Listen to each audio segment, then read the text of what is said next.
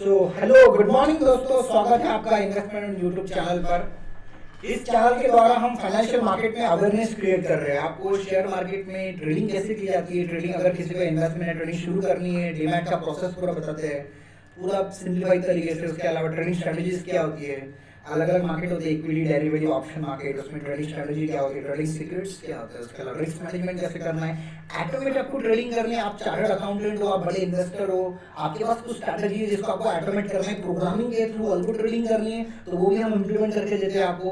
तो ये चैनल आपको पूरी पूरी इंफॉर्मेशन देगा आपको फाइनेंस की, तो आप इस चैनल को सब्सक्राइब कर सकते हो। तो ये जो सीरीज है ये फंडामेंटल एनालिसिस की सीरीज चल रही है। तो इसमें आज हम बात करेंगे प्रॉफिट एंड लॉस स्टेटमेंट की।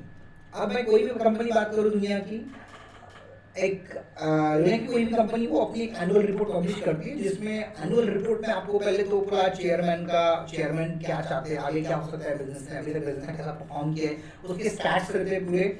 उसके अलावा उसमें वो प्रॉफिट एंड लॉस स्टेटमेंट की बात करते हैं, बैलेंस शीट की बात करते हैं, उसके अलावा कैश फ्लो कैसे, उनके फाइनेंशियल रेशियोज कैसे, और आगे बिजनेस का क्या ग्रोथ हो सकता है, और पूरा शेयर होल्डर का इन्फॉर्मेशन रहता है उस एनुअल रिपोर्ट में। तो अभी आज हम बात कर रहे हैं प्रॉफिट एंड लॉस स्टेटमेंट की। इसके चार मुद्दे होते हैं। किसी भी प्रॉफिट और लॉस, कोई भी तरह का प्रॉफिट और लॉस स्टेटमेंट हो, उसमें सबसे पहला होता है रेवेन्यू, कंपनी की रेवेन्यू। रेवेन्यू के बाद वो बात करते हैं एक्सपेंस की, कि भाई कितना हमको एक्सपेंस आया। एक्सपेंस के बाद में वो बात करेंगे ऑपरेटिंग प्रॉफिट कितना है उनका वाला, ऑपरेटिंग प्रॉफिट। ऑपरेटिंग प्रॉफिट के बाद बात करेंगे पीएटी, प्रॉफिट आफ्टर टैक्स कितना होगा। ऑपरेटिंग प्रॉफिट, इसको हम ईबीआईटीडीए भी बोलते हैं, earning before interest, IT interest and depreciation amortisation, इसको बोलते हैं ईबीआईटीडीए। अब फिर प्रॉफिट आफ्टर टैक्स आता है, कुछ टैक्सेस काटने के बाद में। और बट ये जो प्रोसेस होता है ये डिटेल में समझेंगे, और ऐसी कौन सी चीजें होती है प्रॉफिट एंड लॉस स्टेटमेंट में जो आप फंडामेंटल एनालिसिस के लिए आपको उसको और थोड़ा डीप में स्टडी करना पड़ता है, राइट। तो चलिए हम इस वीडियो में देखते हैं। आप ये वीडियो अगर आपके पास समय ना हो तो इसको वॉच लिस्ट में डालिए, और पूरा वीडियो थोड़ा सा लंबा हो सकता है, 10 से 15 मिनट का, लेकिन बहुत शानदार है। आपको हर एक चीज को एक पॉइंट बाय पॉइंट एक्सप्लेन किया जाएगा।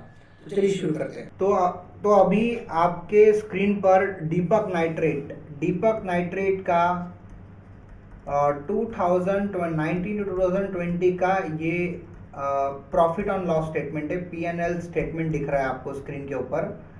अभी ये 2020-2021 अभी बाकी है, क्योंकि कोविड चल रहा है अभी इंडिया में। तो कोविड की वजह से मार्च महीने में बहुत सारी कंपनियों का काम जो है वो रुका हुआ है, तो वो रिपोर्ट अभी मिल नहीं पा रही है 2021 की, राइट। बहुत सारी कंपनी ने अभी अपलोड नहीं की है, लेकिन ये रिपोर्ट अपने पास में है, तो इसको थोड़ा समझते हैं कि होता क्या है profit and loss statement, right. अब किसी भी कंपनी का जो सबसे पहला मुद्दा रहता है टोटल रेवेन्यू, कि भाई कंपनी ने रेवेन्यू कितना कमाया। रेवेन्यू मतलब टोटल सेल्स कितना किया। आप कोई भी प्रोडक्ट बना रहे हो, आप आइसक्रीम बेच रहे हो, आप मशीनरी बेच रहे हो, कुछ भी बेच रहे हो, आप इलेक्ट्रिक मोटर बेच रहे हो, जो भी आपका बिजनेस है उसमें उसको आपने कितना बेचा, आपने अपने प्रोडक्ट को कितना बेचा, वो आपका हो गया टोटल सेल्स। इसको बोलते, जिसको कुछ लोग रेवेन्यू भी बोलते, टोटल रेवेन्यू कितना आया भाई सर्विस प्रोडक्ट बेच के, ठीक है। अब रेवेन्यू है, अभी आपकी मान के चलो ये दीपक नाइट्रेट है, ये लोग केमिकल बनाते हैं, इंडिया की सबसे बड़ी ट्रेंडिंग कंपनी अभी केमिकल की। इतना जबरदस्त रिटर्न दिया है इसने, 87% एनुअल रिटर्न दिया है एनुअली बेसिस पर। मतलब करीबन हर 1 साल 2 महीने में आपका पैसा डबल हुआ है इस कंपनी में, और इस कंपनी के फंडामेंटल बहुत ज़्यादा स्ट्रांग है, मैंने देखा है। एक्सपेंस, अब देखिए एक्सपेंस, क्योंकि रेवेन्यू है, केमिकल कंपनी है, तो इसको रॉ मटेरियल लगेंगे, बराबर है। कोई भी केमिकल बनाने के लिए रॉ मटेरियल होता है, जैसे अभी हम कोविड वैक्सीन बनाने के लिए अमेरिका से रॉ मटेरियल हमारा अड़ा हुआ था, लेकिन अभी वो देने को तैयार हो गए, तो हम लोग वैक्सीन बनाएंगे, वैसे ही इनको एक्सपेंस लगता है।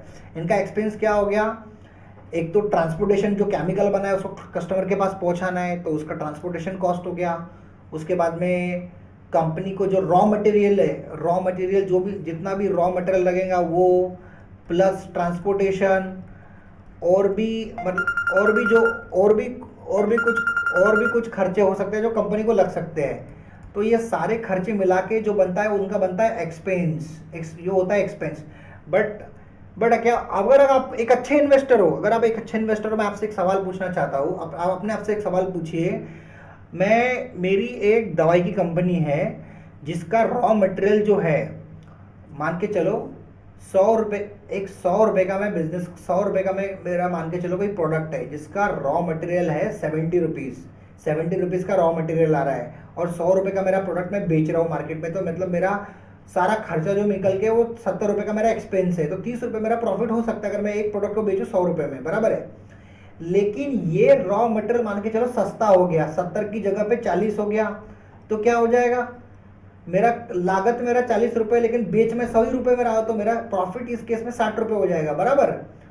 तो अगर एक अच्छे इन्वेस्टर हो, अगर अब फंडामेंटल एनालिसिस आप बहुत अच्छे से करते हो, तो आप क्या देखोगे, ये जो कंपनी का जो रॉ मटेरियल है भाई, इनको रॉ मटेरियल कौन कौन सा लगता है, ये सोडियम कार्बोनेट बनाते, सोडियम नाइट्रेट बनाते हैं, और भी केमिकल्स बनाते हैं, तो इन उस रॉ मटेरियल का एनालिसिस करोगे, जो भी ये लोग रॉ मटेरियल यूज कर रहे हैं, आप इंटरनेट पे सर्च करोगे, जो दीपक नाइट्रेट है, जो भी प्रोडक्ट बनाती है, उसके जो रॉ मटेरियल उसकी ग्लोबल मार्केट में प्राइस क्या चल रही है, क्या उसका ट्रेंड है, कमोडिटी में उसका क्या ट्रेंड है, क्या हो सकता है आने वाले 6 महीने रॉ मटेरियल।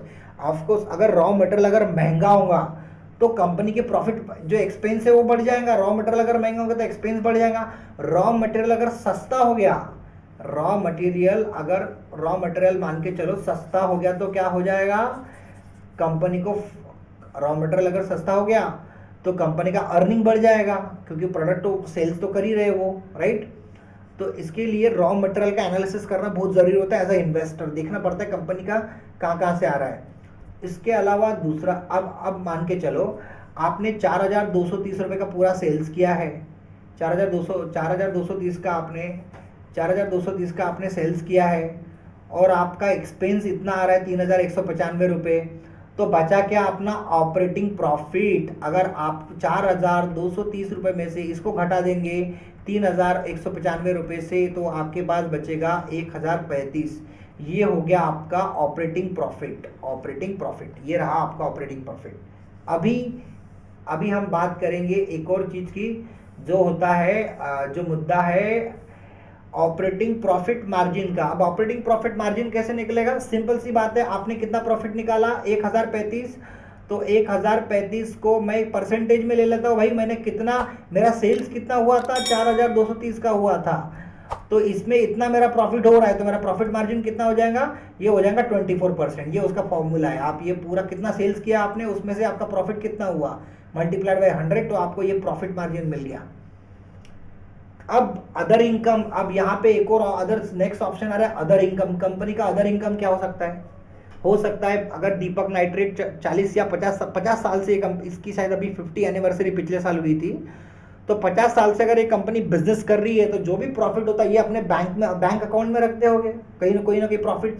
अगर बैंक में कंपनी प्रॉफिट रख रही है, तो उस प्रॉफिट से उनको इंटरेस्ट भी मिल रहा है, बैंक से इंटरेस्ट मिल रहा है, कहीं पैसा बैच से दिया है, वहां से बैच आ रहा है उनके पास में, और भी उन्होंने कहीं इन्वेस्टमेंट्स करके रखे, तो वो सारे अदर इनकम में काउंट होते हैं। उनको कोई रॉयल्टी मिल रही है, तो वो सारी जो चीजें होती है ना, वो अदर इनकम में काउंट होती है। बैंक से, डिपॉजिट से जो इंटरेस्ट मिल रहा है, और भी कई इन्वेस्टमेंट से जो प्रॉफिट आ रहा है, apart from their operating business से जो प्रॉफिट आ रहा है वो क्या है, अपना टोटल बिजनेस से जो प्रॉफिट आ रहा है ये ऑपरेटिंग प्रॉफिट है, बराबर है। आपने सेल्स किया, आपका जो एक्सपेंस लगा बिजनेस, ये बिजनेस का प्रॉफिट है। बट ये जो अदर इनकम आ रहा है, ये क्या आ रहा है, पहले जो प्रॉफिट हुआ था आपने बैंक में डिपॉजिट किया, उससे ब्याज मिल रहा है, आपको डिविडेंड मिल रहा है, और भी कई चीजें बाहर से पैसा मिल रहा है, ये हो गया अदर इनकम, राइट। ये जो सारा रहता है ना, ये पूरा यहां से लेकर यहां तक, ये जो टेबल मैं अभी आपको और मार्क करता हूं येलो से, इसको यहां से लेकर यहां तक इतना जो पार्ट होता है, इसको आप कहते हो EBITDA। अब ये यहां तक तो यहां हो गया। अब 1064 कैसे आया, मैंने जो 1035 है उसमें ये वाला अदर इनकम जोड़ दिया, तो ये टोटल बन गया 1064। ओके, नाउ अब ये तो EBITDA बन गया। अभी यहां से मुझे क्या, ये जो अर्निंग है, इससे मुझे जो इंटरेस्ट है इसको माइनस करना पड़ेगा, डेप्रिसिएशन को माइनस करना पड़ेगा, क्योंकि ये जो इनकम क्या है, earning before interest and depreciation and amortisation, earning before that है ये, बराबर है। लेकिन कंपनी ने कोई लोन लिया है, कंपनी के ऊपर कोई डेप्थ होगा, ऑब्वियसली बात है, अगर केमिकल कंपनी है, कुछ बिजनेस प्लान डाला होगा, तो बैंक से कर्जा लिया होगा, तो इनको कुछ 118 करोड़ इनको देना पड़ रहा है, इंटरेस्ट देना पड़ा, कोई अगर लिया होगा कुछ बैच से, तो राइट, कुछ मतलब कर्जा उठाया होगा तो 118 करोड़ इनको ब्याज देना पड़ रहा है। तो ये हो गया। उसके बाद 140 करोड़ क्या है, इनका डेप्रिसिएशन है और अमोर्टाइजेशन है। अब ये क्या होता है मैं आपको डिटेल में समझाता हूँ। अब डेप्रिसिएशन क्या होगा, मान के चलो केमिकल प्लांट है दीपक नाइट्रेट का, उन्होंने एक मशीन खरीदी है जिसकी प्राइस है 1000 करोड़। कितनी? 1000 करोड़ की प्राइस है। अब वो तो एक्सपेंस हो गया ना, वो बराबर है। हम जो ये जो रेवेन्यू हमारा निकला हुआ है, हमको रेवेन्यू निकला, इससे हम एक्सपेंसेस को माइनस कर रहे हैं, बराबर है। पहले कुछ एक्सपेंसेस यहाँ था, पहले यहाँ से ये एक्सपेंस माइनस किया, फिर ये ऑपरेटिंग प्रॉफिट मिला। अब ये इंटरेस्ट, ये वाले एक्सपेंसेस आ गए। अब ये डेप्रिसिएशन और ये अमाउंट, तो 1000 करोड़ की अगर मशीन ली तो 1000 करोड़ में यहाँ पे क्यों डेप्रिसिएशन में नहीं लिख रहा एक्सपेंसेस? क्योंकि वो मशीन जो है उसकी लाइफ एक्सपेक्टेंसी 10 साल की, बराबर है। आपने जो मशीन खरीदी है वो 10 साल के लिए रहेंगी आपके पास में, ऐसा तो नहीं कि आज मशीन और कल खराब हो जाएंगी। तो 10 साल की उसकी कीमत है 1000 करोड़, बराबर है। तो मान के चलो आज की जो उसकी कीमत है 10 साल है, तो 1 साल उसका डिप्रिसिएशन कितना आएगा? 10 साल की इफिशियंसी 1000 करोड़ की, तो 1 साल का कितना हो जाएगा? 100 करोड़। मतलब हर साल 100 करोड़ से वो मशीन डिके हो रही है, बराबर है। तो मैंने यहाँ पे डिप्रिसिएशन डाल दिया 100 करोड़ रुपए का, बराबर है। अब अमोर्टाइजेशन क्या होता है? अभी आप बिजनेस कर रहे हो, मैं एक केमिकल, आप मान लीजिए चलो केमिकल कंपनी चला रहे हो, आपने सोडियम नाइट्रेट का प्रोडक्ट बनाया जो प्रोडक्ट मार्केट में बहुत फेमस है। अभी आपकी मोनोपोली है, आपका कोई कॉम्पिटिटर नहीं है मार्केट में, आप अकेले ही बिजनेस कर रहे हो। लेकिन कल जाके कुछ और व्यापारी, अरे यार सोडियम नाइट्रेट में तो बड़ा फायदा है, ये तो बहुत कमा रहा है, चलो मैं भी शुरू करता हूँ। एक ने शुरू किया, दूसरे ने शुरू किया, और भी लोग मार्केट में, आपके कॉम्पिटिटर बढ़ गए। मार्केट में कॉम्पिटिटर बढ़ गए तो आपका मार्केट शेयर भी डिस्ट्रीब्यूट होगा। ऑब्वियसली बात है, अगर आपके कॉम्पिटिटर बढ़ेंगे तो आपका मार्केट शेयर डिस्ट्रीब्यूट होगा। तो उससे क्या हो जाएगा, आपकी ब्रांड वैल्यू, इस ये अमोर्टाइजेशन का मतलब क्या होता है पता है? ब्रांड वैल्यू, इसको हम बोलते हैं ब्रांड वैल्यू। ये इनटेंजिबल है, ब्रांड वैल्यू को हम फिजिकली टच, डेप्रिसिएशन एक मशीन होता है, टेंजिबल होता है वो, लेकिन ब्रांड वैल्यू हो गया आपका रेप्यूटेशन, उसके अलावा और भी कई चीज़ें। मतलब ये मान के चलो बिजनेस का जो रेप्यूटेशन जिसको हम बोलते हैं ना, ब्रांड वैल्यू, वो कम हो सकता है ना, क्योंकि पहले आपकी मोनोपोली थी, आपके कॉम्पिटिटर उतर गए, तो आपको वो भी माइनस करना पड़ेगा हर साल, राइट। तो वो मान के चलो 40 करोड़ है। तो यहाँ पे ये बन गया, ये मैं एग्जांपल दे रहा हूँ आपको, एक्चुअल कंपनी के फैक्ट्स अलग हो सकते हैं। तो ये आ गया 140 करोड़, राइट। तो ये 118 करोड़ बैंक को इंटरेस्ट देना है, इनको 140 करोड़ का ये डेप्रिसिएशन अमोर्टाइजेशन आ गया। तो ये इससे माइनस करना पड़ेगा, राइट, 1064 से। तो मैंने, तो आपने 1000 जो 64 है उससे माइनस किया ये 118 और माइनस किया 140, तो बचा कितना? 806, राइट, 806 करोड़। तो 806 करोड़ ये क्या रहेगा? ये रहेगा profit before tax, PBT, profit before tax, क्योंकि ईबीटा था, अभी आपने इंटरेस्ट डेप्रिसिएशन सब कंसीडर कर लिया है, अभी बच गया प्रॉफिट आफ्टर टैक्स 806 करोड़। अब 806 करोड़ ये आपका प्रॉफिट हो गया। इसके बाद सरकार लेती है आपसे कॉर्पोरेट टैक्स, आपको तो कॉर्पोरेट टैक्स देना पड़ेगा। जो भी 1 करोड़ के ऊपर जिसका बिजनेस ट्रांजैक्शन हुआ है, उसको जो भी प्रॉफिट हुआ है उसका आपको कॉर्पोरेट टैक्स देना पड़ेगा, मतलब देना पड़ेगा। कॉर्पोरेट टैक्स से और भी कुछ टैक्सेस होते हैं, तो इन्हें जो टैक्स देना पड़ रहा है, ये देना पड़ रहा है 24%। कितना? 24%। आपकी कंपनी को जो टैक्स देना पड़ेगा वो 806 करोड़ पर देना पड़ेगा। ये 24% जो टैक्स है ये 806 रुपए पर, 806 करोड़ पर देना पड़ेगा, फिर आपका ये पीएटी निकलेगा, राइट।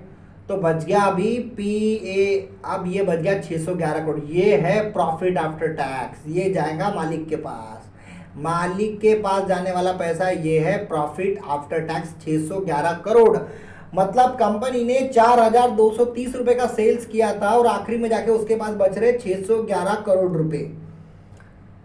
अब ये क्या है? EPS, earning per share calculate किया है, ईपीएस। हम इसके बारे में डिटेल बताएंगे आपको, ईपीएस, डिफरेंट कंपनियों का ईपीएस कंपेयर करेंगे और भी कई चीजें घुसेंगे अंदर में, तब अपने को पता चलेगा कि कैसे फंडामेंटल एनालिसिस किया जाता है। अभी आपको अर्निंग पर शेयर 44.80, ये कैसे आया? ये कैसे आया भाई? अभी हम आपको बताते हैं।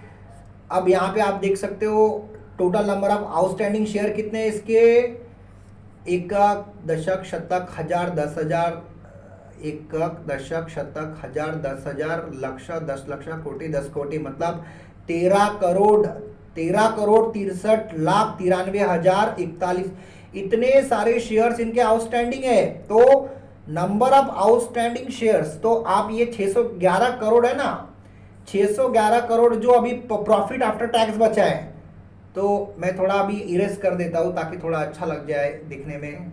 हाँ, तो ये 611 करोड़ है, 611 करोड़, इसको हम डिवाइड करेंगे कितने से, 13,63 लाख से, है ना। ये पूरा फिगर आप देख सकते, पूरा फिगर से भी आप देख सकते हो। यहाँ पे 611 करोड़ बोले तो यहाँ पे 7 जीरो लगा देना और ये पूरा नंबर लिख देना, तो आपको ये मिल जाएगा 44.80 के आसपास अप्रोक्सीमेटली। तो ये हो गया अर्निंग पर शेयर, इसको बोलते हैं ईपीएस। तो ये ईपीएस का इंपॉर्टेंस क्या है फाइनेंशियल रेशियोज में हम देखेंगे। तो आई होप आपको ये वीडियो पसंद आया होगा, आपको समझ में आ गया होगा कि प्रॉफिट एंड लॉस स्टेटमेंट क्या होता है, कैसे करते हैं। इसमें बहुत सारी चीजें डिटेल में रहती है। अगर आप किसी कंपनी का जब एनुअल रिपोर्ट पढ़ोगे तो बहुत सारी चीजें रहेगी, तो उसे आप समझने की कोशिश करना। ये एक फ्रेमवर्क है, मैंने जो आपको बताया हुआ है। तो इन्वेस्टमेंट वन ने एक प्रोग्राम चालू किया है ट्रेडर के लिए। इन्वेस्टमेंट वन ने अपना अप्लाइड एक कोर्स लॉन्च किया है बिगिनर और एक्सपीरियंस इन्वेस्टर ट्रेडर्स के लिए, जिसका नाम है इन्वेस्टमेंट और अप्लाइड इलेक्ट ट्रेडर प्रोग्राम। ये सारे मॉड्यूल्स रहेंगे, ड्यूरेशन 6 मंथ्स का है, लाइव और रिकॉर्डेड सेशंस आपको मिलेंगे, लाइव सेशन भी चलेगा, आप मेंटर को क्वेश्चन भी पूछ सकते हैं। उसके बाद लाइव क्लासेस रहेंगी हमारी सैटरडे संडे को, डोंट वरी। जब ये लाइव ट्रेडिंग मॉडल में खाली आपको आना पड़ेगा लाइव मार्केट में, और रजिस्ट्रेशन 2500 से शुरू हो रहा है, और इस नंबर पर आप कांटेक्ट कर सकते हैं अगर आप कोर्स को ज्वाइन करना चाहते हैं। तो एडमिशन अभी ओपन है। तो आपको ये वीडियो पसंद आया होगा दोस्तों, तो आप इस वीडियो को लाइक करिए, शेयर करिए, जिद हो सके तो आप अपने दोस्तों के साथ भी इसको शेयर कर सकते हैं। बहुत अच्छा वीडियो है, आपको एक अच्छी इन्फॉर्मेशन इससे मिली होगी। और इस चैनल को सब्सक्राइब करिए, लाल कलर का बटन है वो सब्सक्राइब नाम का, उसके ऊपर जरूर क्लिक कीजिए ताकि आपको नया वीडियो आए तो नोटिफिकेशन मिलना चाहिए। और एक और बात, हम लोग क्या करते हैं सर, बैक टेस्टिंग के लिए ना दोस्तों इंट्राडे टिप्स प्रोवाइड करते हैं। आपको जो शेयर्स होते हैं ना, डेली ट्रेडिंग होती है, तो किसमें एक अच्छी ट्रेडिंग अपॉर्चुनिटी जिस स्टॉक में बनती है, जहाँ पे आप एक अच्छा ट्रेडिंग करके कुछ प्रॉफिट निकाल सकते हो, वैसे हम बैक टेस्टिंग के लिए, पेपर ट्रेडिंग के लिए वो देते हैं, तो आप उसको चेक कर सकते हो। उसके लिए आपको हमारा टेलीग्राम चैनल ज्वाइन करना पड़ेगा। अब वीडियो के डिस्क्रिप्शन में एक टेलीग्राम चैनल का लिंक है, आप उसको